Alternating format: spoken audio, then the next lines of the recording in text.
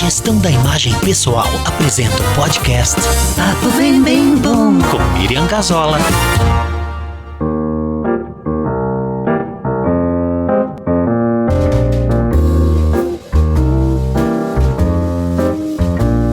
Oi, a gente está aqui com o Alexandre Ribeiro. O Alexandre é professor de yoga e tem uma formação bem peculiar. Mas a gente vai falar de uma yoga de um jeito um pouco diferente. Para isso, Alexandre Ribeiro, vou deixar tu te apresentares e falar o que é essa coisa diferente que a gente vai falar a respeito do yoga. Olá, é um prazer estar aqui participando desse podcast. Falar de yoga sempre é uma coisa legal, importante. O pessoal no yoga primeiro me conhece como Atma Tirtha. Isso faz parte do que eu vou falar um pouco da contextualização do yoga, né?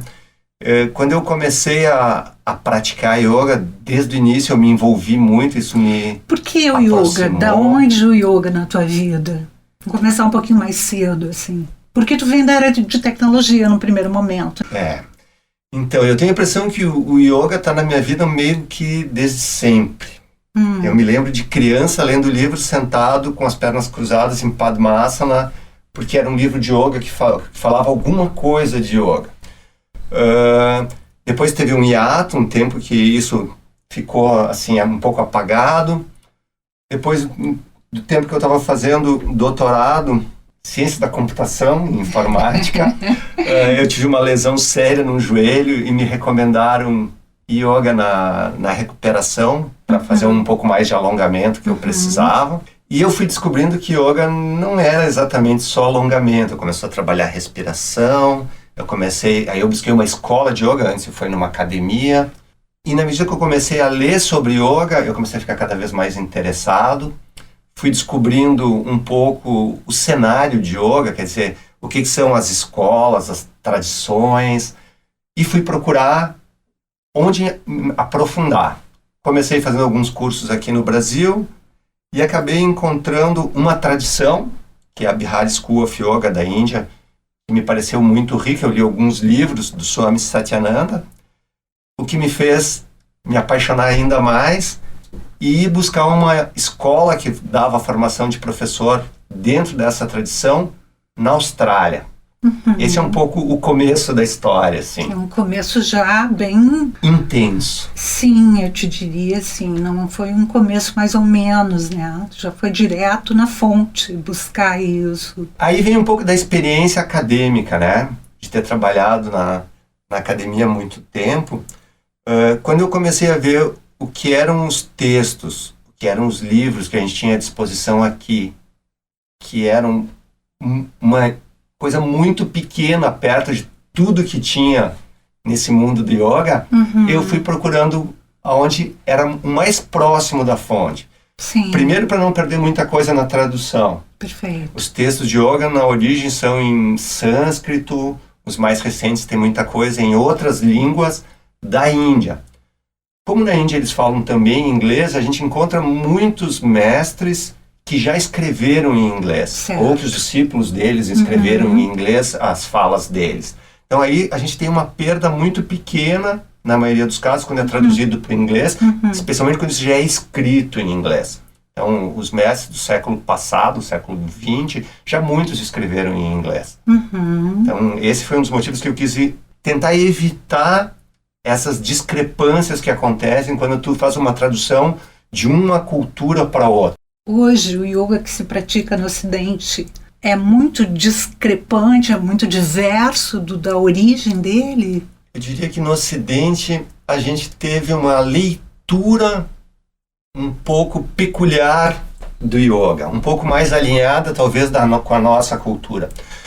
Tem que lembrar que quem andou muito pela Índia foram os ingleses. E eles viram o yoga acontecendo lá e interpretaram como isso sendo uma atividade física. Apenas. Ou uma atividade física ou uma coisa esotérica daqueles sadhus renunciantes que viviam de um jeito muito engraçado. Os sadhus são aquelas pessoas que se dedicam a práticas de yoga, muitas vezes, nas montanhas, em lugares isolados. Eles andam como mendigos, Eles não têm nada de propriedades, eles abrem mão de tudo, andam praticamente nus, mesmo no inverno, verão, chuva, sol. Eles comem aquilo que dão para eles comer, e às vezes eles vivem na floresta, ou numa caverna, ou na beira de um rio, fazendo as práticas espirituais. E o objetivo é a iluminação? O objetivo é o crescimento espiritual. Iluminação seria a última... Sim, o último estágio. Último estágio. Eu sou uma leiga, tá? Lembra disso?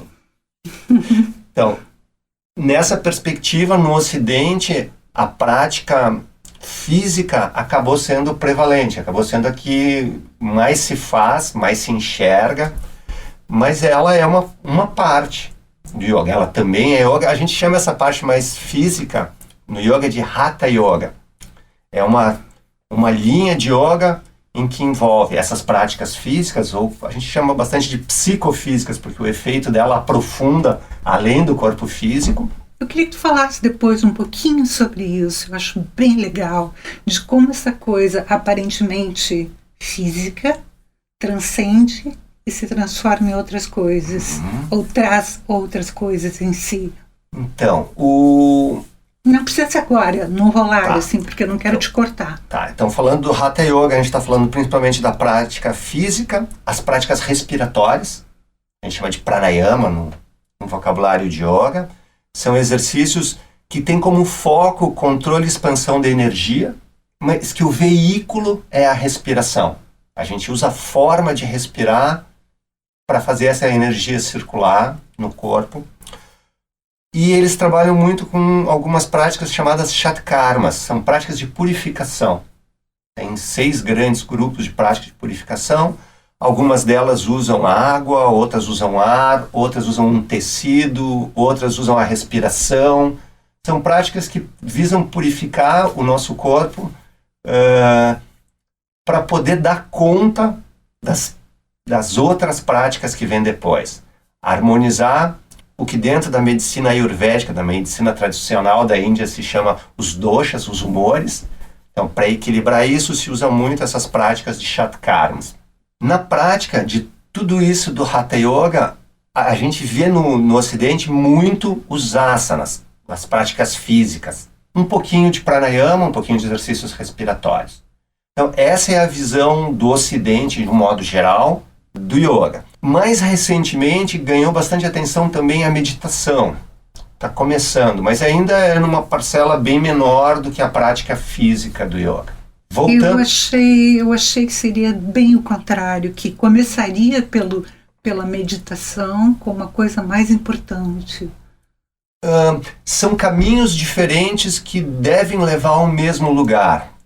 Embora, normalmente, o que na escola que eu sigo, em algumas outras eu vejo uma visão parecida, é que para a gente poder conseguir realizar uma prática de meditação, a gente já precisa ter um certo nível de estabilidade e de equilíbrio físico. Senão a mente não para. Entendi. Se a gente não está bem de saúde, não consegue fazer uma prática de meditação. Se a gente tem o corpo desequilibrado na sua energia, é difícil focar a mente. Então, normalmente se começa pelo que é mais concreto. Todas as linhas, todas as escolas de yoga trabalham e enxergam dessa forma? Não necessariamente. Não.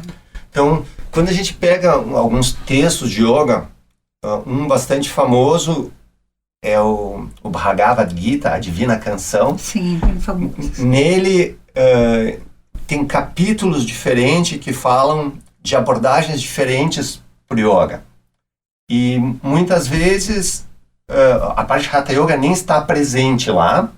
Lá está a parte de meditação, que é chamada de Raja Yoga. Tem a parte de Karma Yoga, que é o yoga levado para a nossa ação cotidiana, a consciência na ação. Tem a parte de Bhakti Yoga, que é uma parte do yoga mais focado na gestão das emoções. Muitas vezes considerado o yoga devocional. De qualquer forma, tudo é terapêutico, me parece, né? Tudo meio que trabalha para a gente estar melhor internamente. Com certeza. Eu diria ainda que a gente pode considerar como um grande objetivo do yoga nos tornar pessoas melhores. O que a gente entende por essa definição de pessoas melhores é que ainda vai se refinando. Se tu segue por uma linha de yoga, tu vai estar te desenvolvendo mais num aspecto, ou no outro aspecto, ou no outro aspecto. Mas, de qualquer forma, é um processo de desenvolvimento. De expansão da consciência, de aumentar a percepção de nós mesmos e do que nos cerca. Me parece que é uma coisa tão comprida isso, tão lenta, tão trabalhosa. Te ouvindo falar assim, e tudo isso? Com certeza. Aqui entra uma questão que é um pouco delicada no nosso contexto ocidental, principalmente, que a gente está acostumado com fast food, com soluções rápidas, com coisas que eu pego uma cápsula, engoli e resolvi o meu problema. Eu adoro isso. No yoga isso não funciona assim, sinto muito.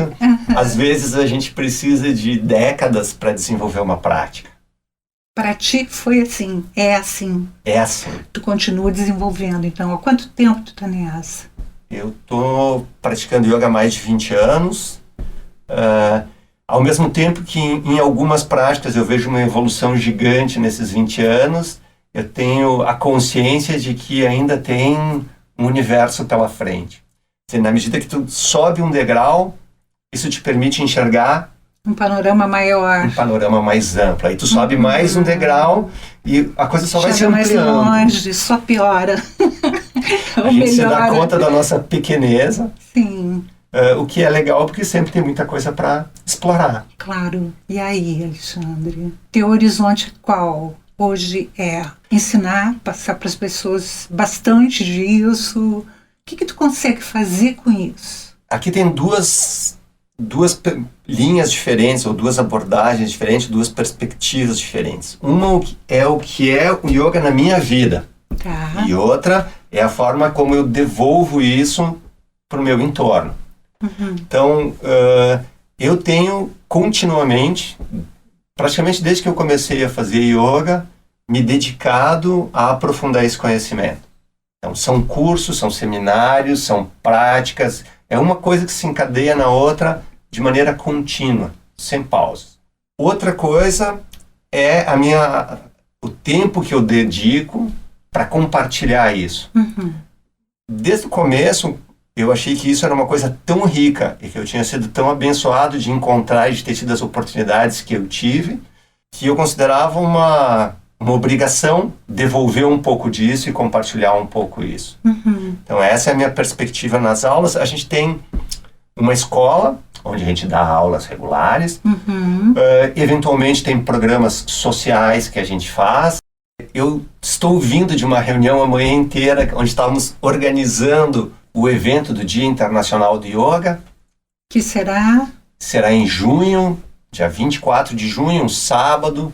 Vai ser um dia inteiro de práticas no SESC. Certo. Abertas ao público, gratuitas. Todos os professores de Caxias se associaram e estão organizando esse evento. Então esse é um evento comunitário. De comemoração, de divulgação do yoga. Onde as pessoas vão ser convidadas a mais diversos tipos de escolas, de visões. Exatamente. Certo. E tu é um dos organizadores? Eu sou parte do grupo de professores que está trabalhando na organização. Um coletivo grande, mais de 30 professores. Tá. E aí, vamos direto, assim, o que eu ganho com o yoga? Aí vem, essa pergunta é muito boa. Eu ganho o tempo todo, de muitas formas.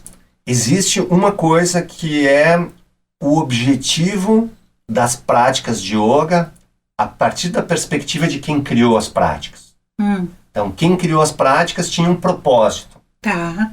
As pessoas, na nossa visão ocidental, tendem a ser muito mais utilitaristas com relação às coisas. Por isso a pergunta foi bem essa. O que eu ganho com isso? E a gente deriva do objetivo inicial e do resultado que se obtém com as práticas de yoga uma série de efeitos colaterais altamente desejáveis, digamos assim. Tá. Por exemplo, saúde. No harmonizar o corpo, a tendência é eu ter uma saúde muito melhor, eu ter um sistema cardiorrespiratório que funciona melhor, eu ter as articulações. Pois é, nomeia isso tudo. Eu quero que isso fique muito simples. Vamos começar assim do denso para o sutil. Vamos começar das coisas mais concretas, mais palpáveis. Perfeito.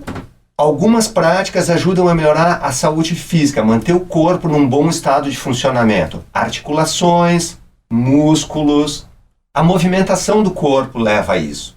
Desbloqueio de energia, eliminação de toxinas. Isso é uma camada assim bem material. Bem densa.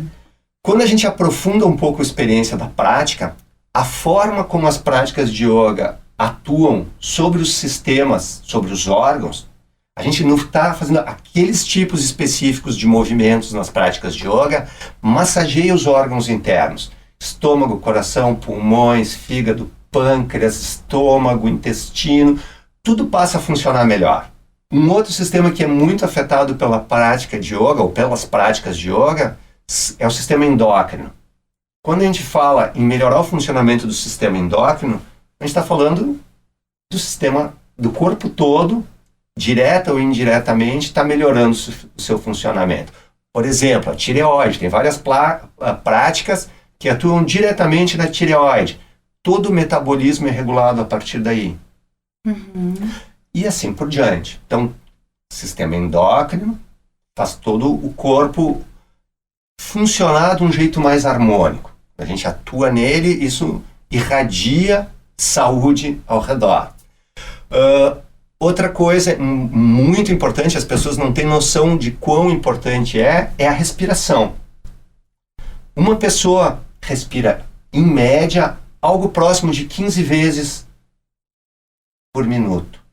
Isso dá aproximadamente 21.600 respirações por dia, sem se dar conta que respirou nenhuma vez. Ao longo da nossa caminhada, com o estilo de vida, a gente vai criando problemas na respiração. Respiração curta, respiração irregular, respiração pela boca, respiração no peito. Existe um canal de 2 vias entre a nossa respiração e as nossas emoções. Se a gente observar como a gente está respirando em determinadas situações, quando eu estou com raiva, quando eu estou com medo, quando eu estou apressado, quando eu estou nervoso, quando eu estou dormindo, quando eu estou relaxado, dá para observar um padrão. Então, a minha emoção determina um padrão de respiração. O que os yogis descobriram é que o inverso também é verdadeiro. Então, se eu organizo a minha respiração, induzo um determinado padrão respiratório, eu consigo administrar as minhas emoções, eu consigo induzir um determinado estado. Me dá um exemplo bem claro, bem fácil para as pessoas entenderem. Um tipo de respiração básica no yoga é a respiração diafragmática ou abdominal. Ela é uma respiração baixa, onde a gente dilata o abdômen e faz o diafragma descer na inspiração, contrai o abdômen e eleva o diafragma na exalação. Essa é uma respiração que leva ar para a parte de baixo dos pulmões. Os pulmões são assimétricos, eles são mais amplos na base e mais estreitos em cima. Por uma questão de gravidade e do formato deles, a troca gasosa acontece mais na parte de baixo do que de cima. Um detalhe aqui, lembrem que é alguém de TI falando de saúde e de anatomia. Por favor, quem é da área da saúde não me leve a sério demais. Eu me esforço, mas tem limites. Tá bem bom. Eu acho que isso pode ajudar. Essa parte essa respiração abdominal, ela é mais eficiente. De um modo geral, os estudos mostram que ela conduz, ou é responsável por aproximadamente 2/3 da nossa capacidade respiratória, com muito pouco esforço. Em relaxamento, eu consigo usar uma ampla capacidade respiratória. Quando a respiração sobe e vai para a parte média dos pulmões, eu faço muito esforço para obter menos de 1/3 da minha capacidade respiratória. Então, se eu faço essa respiração baixa no abdômen, ela é uma respiração relaxante. A parte baixa do abdômen está muito conectada com o sistema nervoso parasimpático, que induz esse estado de relaxamento. Então, aqui vem essa conexão que existe entre a forma de respirar e o meu estado mental. Eu respirando intencionalmente dessa forma, quando Consciente, eu estou nervoso, consciente, estou ansiosa, incho minha barriga na parte de baixo e desincho, incho e desincho calmamente. 5 minutos assim, tu vai perceber uma alteração no teu estado emocional. Não precisa de meia hora. O que acontece? Como é que é lá dentro? A respiração vai fazendo com que os pensamentos acalmem, a mente acalma, o coração baixa a frequência, o número de respirações por minuto vai reduzir um pouco. Então, esse é um exemplo assim, bem concreto de como uma mudança no comportamento físico, né, induz as minhas emoções. E se eu fizer um processo contrário, tipo, experimenta eu estou muito parada, eu estou muito down, eu estou muito... se eu fizer essa respiração, acelerar, eu consigo o efeito contrário? Tem um tipo de respiração chamada bhástrika, ou a respiração do Foley, que ela é feita dilatando e contraindo o abdômen rapidamente. Ela tem que ser aprendida calmamente, porque ela pode causar vertigem, ela tem alguns... Porque ela é bastante intensa. Sim. Ela vai colocar muita energia no sistema e vai levantar. Vai te deixar agitado, vai te deixar pilhado, com vontade de fazer coisas. Então, esse que também é importante. Também é importante. A gente precisa aprender a segurar, como seria legal aprender a pilhar mesmo, né? Colocar uma pilha num corpo onde a gente tem pessoas muito tristonhas atualmente, principalmente em tempo de pandemia, não sei, o que poderíamos fazer nós sozinhos em casa, sem um professor? Que tipo de auxílio o yoga podia nos dar? Essa é uma boa pergunta. Eu tenho visto muita coisa disponível, muitas aulas, muitas práticas online. Então, YouTube, redes sociais... Tu não tá nessa? Não. Dentro da escola, por um motivo muito simples. Dentro da escola que eu sigo, tinha várias pessoas fazendo isso, e eu não vi sentido em mais eu fazer isso. Entendi. Nós fizemos uma opção na nossa escola, que foi adequar a metodologia que a gente trabalhava para um trabalho à distância. Então, nós fizemos uma adequação da metodologia trabalhando com videoconferência. Na metodologia que a gente trabalha, como eu comentei, aquilo que eu aprendi na minha formação, e que segue um pouco a linha de todas as formações na escola que a gente trabalha, o observar o aluno e estar dando feedback para ele do que está acontecendo naquele momento é muito importante. Entendi. Então, a nossa opção foi não assumir um outro modelo que não era coerente com a nossa metodologia de trabalho. A gente procurou achar uma metodologia de trabalho que fosse coerente com o que a gente faz. Mas essa é uma opção nossa. Eu tenho visto, como eu disse, muitas aulas à distância via YouTube. O YouTube está povoado de aula de yoga. E aí tem coisas diferentes. Quando tu está acompanhando via uma aula do YouTube, um professor que tu conhece, que tu está seguindo a aula, é uma coisa. Tu começar a fazer yoga sem ter um feedback em nenhum momento, é uma coisa que talvez seja um pouco mais delicada. Perigosa? Perigosa, depende das práticas que fizer, depende o público. Uma das coisas que eu gostei muito dessa tradição que eu sigo, quando eu estava começando a fazer yoga, eu via que a prática de yoga tem um efeito muito mais profundo do que parece. Então, quem acha que é só uma atividade física como ginástica, está vendo só a ponta do iceberg. Então, eu queria entender mais profundamente o que era a outra parte. E quando a gente começa a fazer as práticas sem entender essa outra parte, sim, pode ter problemas. Sem conhecer um pouco de anatomia e fisiologia, Tem muitas práticas cotidianas que a gente faz que tem restrição para quem tem problema de coluna, para quem tem hipertensão. Então, são coisas que um professor de yoga que tem uma boa formação sabe avaliar para um aluno específico o que é adequado para ele e o que não é adequado para ele. Então, quando a gente coloca uma prática aberta assim, para o grande público, a gente sempre toma o cuidado de colocar coisas que não tenham restrição, que qualquer um pode fazer.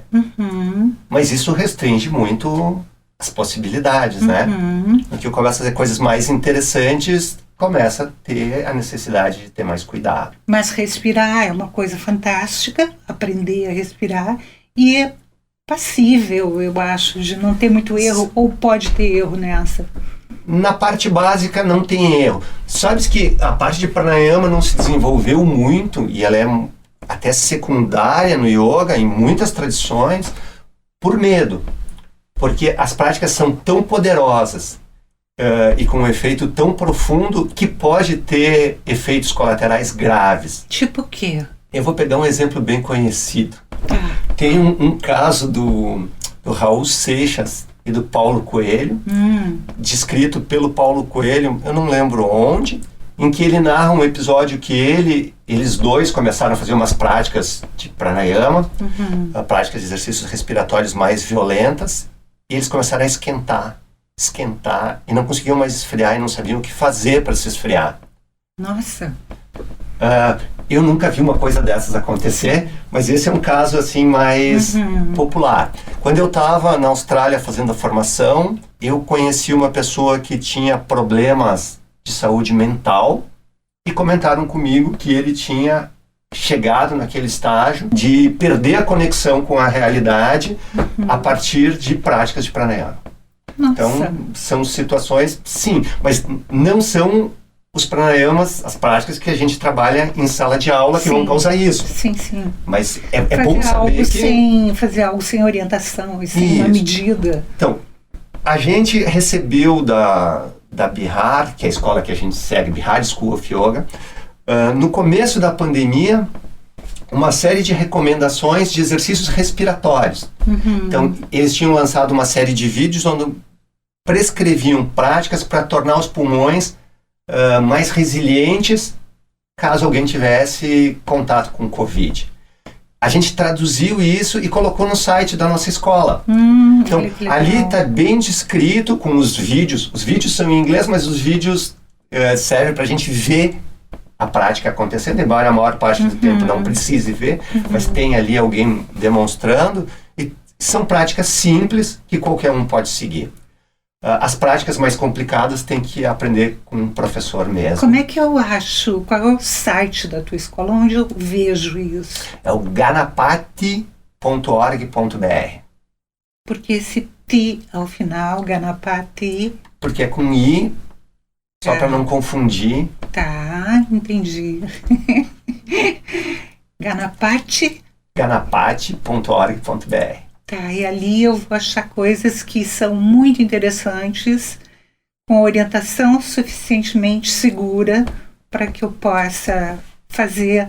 A gente tem compartilhado aí alguma coisa de práticas que são tornadas públicas pela Bihar. Que mais? O que é importante ser posto? Uma das coisas que é legal entender é que muitas pessoas têm a ideia de que yoga é uma coisa que tu vai lá numa sala, aprende, faz a prática uma hora por semana, vira as costas e acabou. Logo antes de começar a pandemia, a gente trabalhou num projeto voluntário junto com a Secretaria de Educação, que foi a apoiadora, a UX, onde nós formamos mais de 100 professores para trabalhar com yoga nas escolas.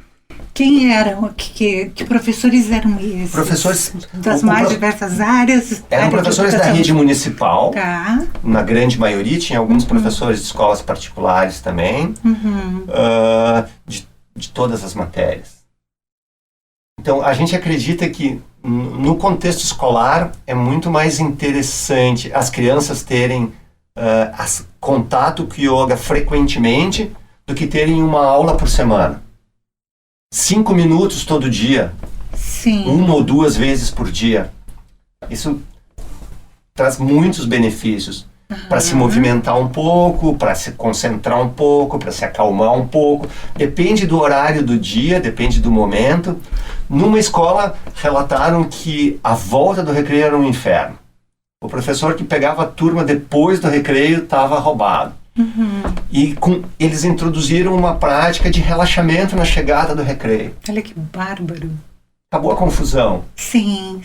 Tu corta aquela hiperatividade do recreio, dá uma acalmada, centra, e depois elas estão tranquilas e conseguem aprender melhor.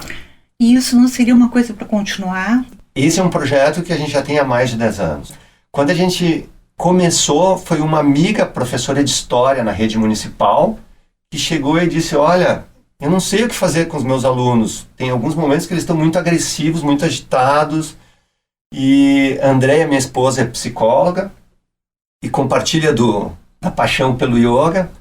E ela estudava muitas coisas voltadas para as crianças. Aí ela tinha acabado de ver um estudo de um colega sobre o nível de estresse dos professores. Era a 2ª ou 3ª categoria profissional com maior nível de estresse. Ela disse, não, vamos fazer o seguinte, em vez de dar yoga para um pequeno grupo, vamos montar um programa em que a gente atenda os professores, que eles fiquem tranquilos e harmonizados para lidar com as dificuldades que eles encontram na sala de aula, e eles trabalhem yoga com as crianças. E aí surgiu um programa que a gente levou para 6 ou 7 escolas, e depois dessas 6 ou 7 escolas individuais, a gente fez uma versão aberta, que foi essa, junto com o apoio da Secretaria de Educação, o pessoal da UX. Que projeto lindo! Quanto tempo para formar esses professores, deixá-los prontos para trabalhar as crianças? Para eles se autotrabalharem, né, num primeiro momento, e terem... Prontos para trabalhar não existe. Existe o prontos para começar a trabalhar. Perfeito. Prontos para começar a trabalhar. A gente trabalhou 8 meses com eles. Onde eles tiveram a oportunidade de fazer aula de yoga ao longo desses 8 meses, para eles terem a vivência, a experiência, e começarem a sentir um pouco os benefícios do yoga na vida deles. Claro. E ao mesmo tempo, mensalmente, a gente ia fazendo oficinas onde eles aprendiam algumas técnicas para trabalhar em sala de aula. Projeto bonito e necessário. Esse está bem descrito no nosso site. Com chance de retomada? Com chance, toda chance. Só uma questão do timing das coisas, do momento oportuno para essas coisas acontecerem. Tomara que role bem rapidinho, porque é tudo que se precisa, né? Professores serenos, equilibrados, para trabalhar com crianças enlouquecidas. Tem 2 professoras amigas nossas, a Magali e a Simone, que estão trabalhando com uma escola em Bento, onde elas estão dando aula para todas as crianças da escola e para os professores todos da escola. Então foi uma iniciativa, foi uma demanda que partiu da escola, elas abraçaram. Olha que legal. E a transformação que acontece numa escola é impressionante. O primeiro projeto que a gente fez para testar ele, experimentar, nós ficamos 3 anos numa escola. Foi o Caldas Júnior, ali perto da UX, inclusive. Foram 3 anos fazendo algumas experiências. Chegou um momento até que algumas crianças foram formadas para elas darem as práticas na sala de aula, em vez do professor conduzir a prática, as próprias crianças.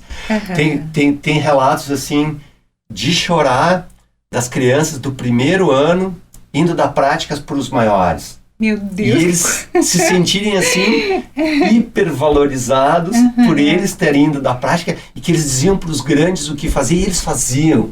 Olha só que máximo! Que tipo de condução eles podem ter, pequenininhos, assim? Que tipo de visão eles conseguem ter do yoga? As crianças menores a gente trabalha de uma maneira mais lúdica. Sim. Mais como brincadeira.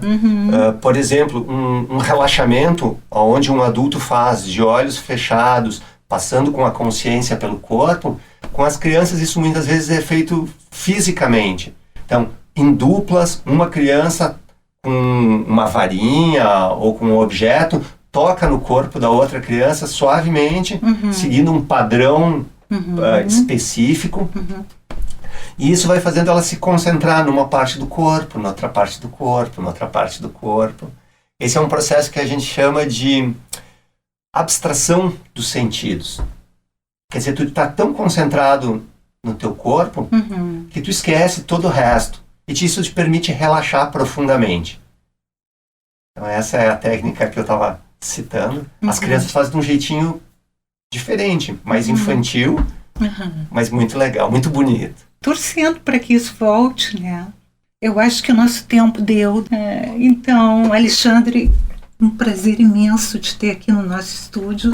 Que legal a gente poder observar como o yoga pode nos ajudar, como ele pode ser importante na nossa vida. E eu quero que tu diga para as pessoas, dê um tchau, assim, e nesse tchau já diga algumas coisas que tu considera importantes de serem ditas a respeito disso.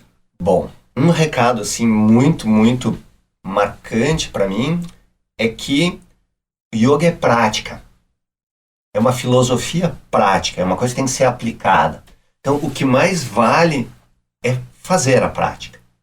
Então, para quem não conhece e tem interesse, procure um professor, uma escola, eventualmente alguma coisa na internet para tomar contato e ver como é. Experimente. Sim, é um convite legal.